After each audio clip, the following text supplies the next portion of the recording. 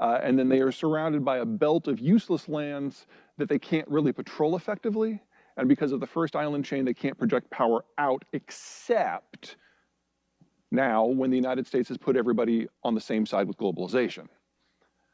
So I see the overall geographic underpinnings of Chinese power being completely resting upon the United States nullifying their geographic disadvantages.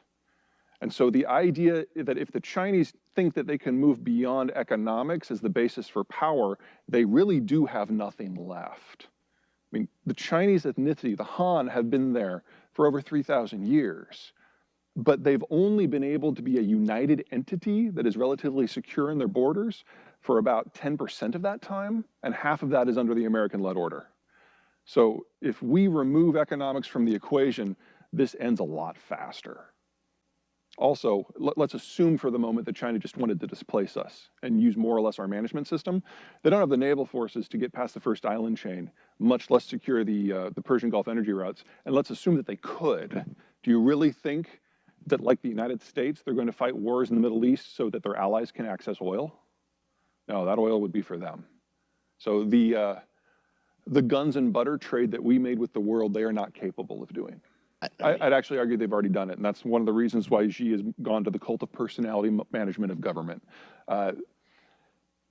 He knows that either the Americans will leave, in which case the basis of Chinese power collapses, or the Americans won't, and they will become hostile to China, in which case the basis for Chinese power collapses. And in that sort of environment, being able to define the narrative becomes critical.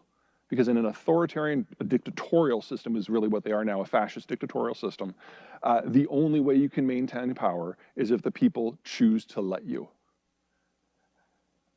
I didn't worry about a war in Taiwan until very recently. The Chinese didn't have the naval capacity. Even if they did, they couldn't operate the the semiconductor fab facilities. They were too advanced. The technology that actually makes TSMC run is from the United States. It requires American designs.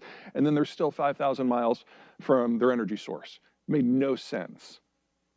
Made, past tense. If the financial and the demographic and the trade and the agricultural system are all facing threat at the same time, there's something to be said about choosing the time and the place of the fight and writing the narrative.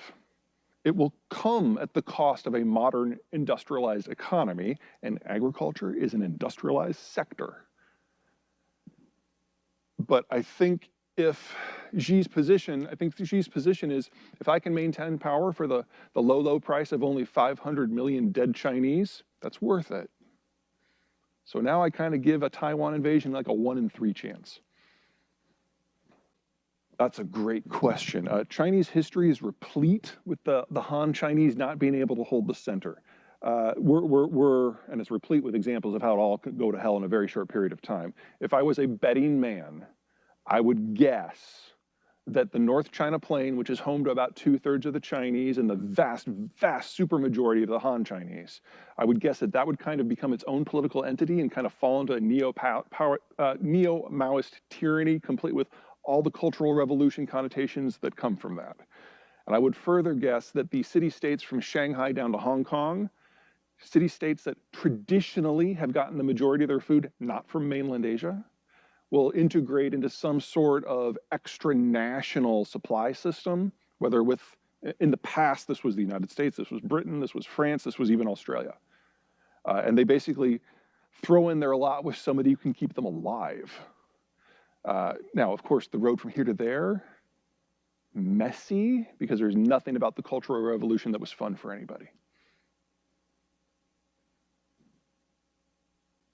Province by province, 5 being the low, 20 being the high. So they probably have about, according to that data, about 95 million more men aged 40 and under than women. The supposition with the new census data is they probably overcounted the women by about 20 to 25%. So we're just talking a massive surplus of men over women, which is part of the reasons why we're looking at such a fast population collapse. Now, I'm familiar with the argument that if you've got all these extra men and there just aren't enough women locally and there's not enough women in any of the bordering countries to make up the difference, that it might make sense to throw them at someone. I've always found that argument a little dubious. The Russians made it very clear in the 1990s that if there was a land war with China, that the Russians would not try to meet them with tanks and men, they would just nuke. So Siberia's off. Kazakhstan, what does the winner get? Not a big gain there. You can't go southwest into India because of the Himalayas. That leaves Vietnam. And when the Chinese last did that in 1979, the Vietnamese treated them with the same gentle welcoming that they treated us. So, you know, that's recent memory for the Chinese. There's nowhere to go. I mean, if they could make a land bridge by holding hands to get to Taipei, maybe, but no. So this is an internal security threat, not an external one. And, you know, there's all kinds of studies that have been done about what happens when you have literally tens of millions of extra frustrated men that can't do anything in your system. That is a system killer. This is a mix of everything. So in the case of Turkey specifically, yes, it's a developing country, but it's a country with a long cultural history. They have very few problems from my point of view in maintaining social control. Sure, they've got a Kurdish issue in their southeast, but if anything, that unifies the Turks rather than divides them. In addition, they control any trade systems on land or in water between the two lobes of Eurasia, giving them immense influence.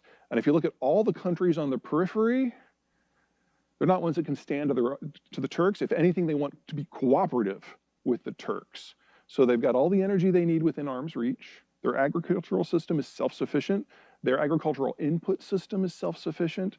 And courtesy of on-again, off-again cooperation with the Europeans, their manufacturing system is nearly as good as Mexico's. So they're a country in a post-globalized world that can stand on their own and expand their writ. That's my view of it. If the United States decided that it wanted to continue its role as the guarantor of global order, it would be. Because here you've got two major poles of power who are willing to put aside their many, many differences in order to resist America's sphere of influence. That's the wrong phrase. American rules on how the world should work. You remove the Americans from the equation, though, and these are security and economic competitors. Their population centers are a convenient 7,000 miles apart. They are not capable of functional cooperation once you remove the United States and its kind of overarching reach. Remember that these are countries that have fought a number of wars in the past. They only officially settled their border disputes about 10 years ago.